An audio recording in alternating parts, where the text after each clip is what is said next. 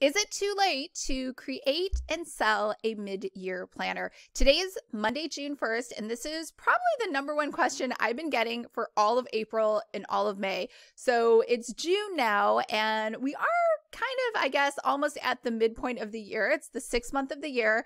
July 1st will officially be the middle of the year. And so the question is, you want to make a planner. You possibly obviously want to make a dated planner.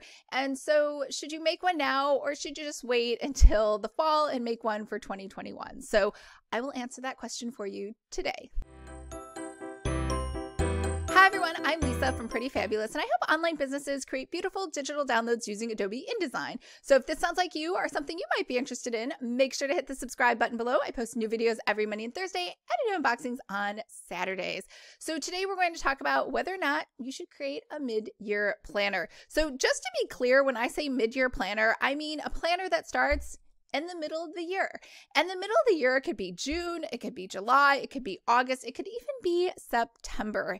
It doesn't matter. It's however you want to define it and when you want to start it. It could also be an undated planner. So for example, Cultivate What Matters creates power sheets that are dated for the year, but then mid-year, they come out with an undated planner. So it's a 6-month planner, which in theory implies that it is for mid-month or mid-year because there's only 6 months in it, and you should start using it on July 1st, but obviously you could start using it whenever. However, once the new Power Sheets comes out for 2021, that's pretty much what everybody wants. So you can do it with dated versus undated, and you can start it whenever. So pretty much I always say it's never too late to start anything you want to do.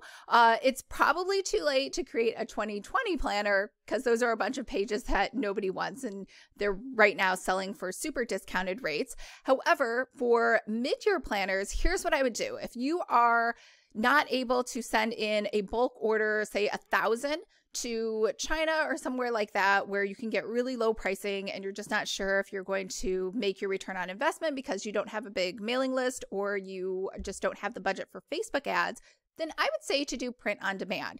There's really no risk to you. You can put them out there, just get some test audience feedback to see if people like your branding or your colors or the materials you've chosen. The only thing to think about is you will be limited in the materials and the type of coiling and some of those other considerations when it is print on demand, and it will take a little longer to get to the customer versus overnight shipping, which kind of we're all spoiled and used to right now because of Amazon Prime. However, and I always recommend for Vontae, because that's the next question you're going to have is who does print on demand. There's a lot of people actually that do planners print on demand, but that's the one that I personally know Cindy, trust her.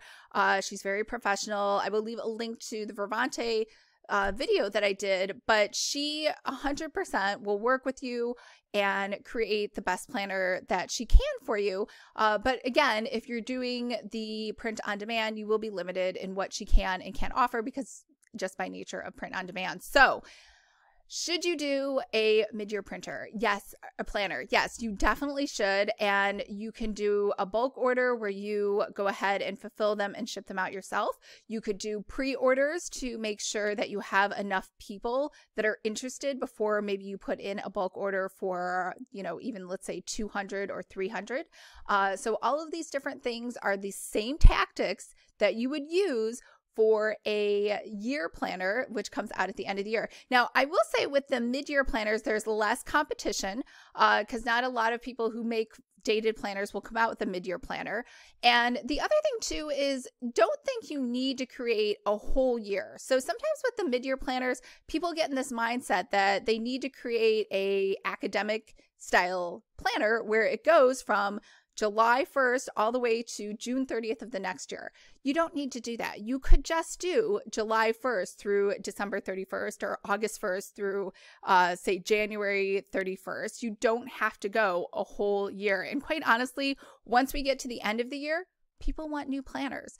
And even people who have 2020 planners right now possibly want new planners, especially with everything going on. I'm pretty sure, I know me for a fact, all of my 2020 goals are like, out the window. I don't even remember what I don't even care about them. And in fact, I don't even want to see them. So I would want a new mid-year planner just so I could just wipe the slate clean and start over, right? So how many times in life do you want to always just start over? Whether it's like a relationship, your life, college, your job, right? Everyone likes starting over. So there is nothing wrong with offering a mid-year planner to start in July or start in August or start in September. It doesn't matter.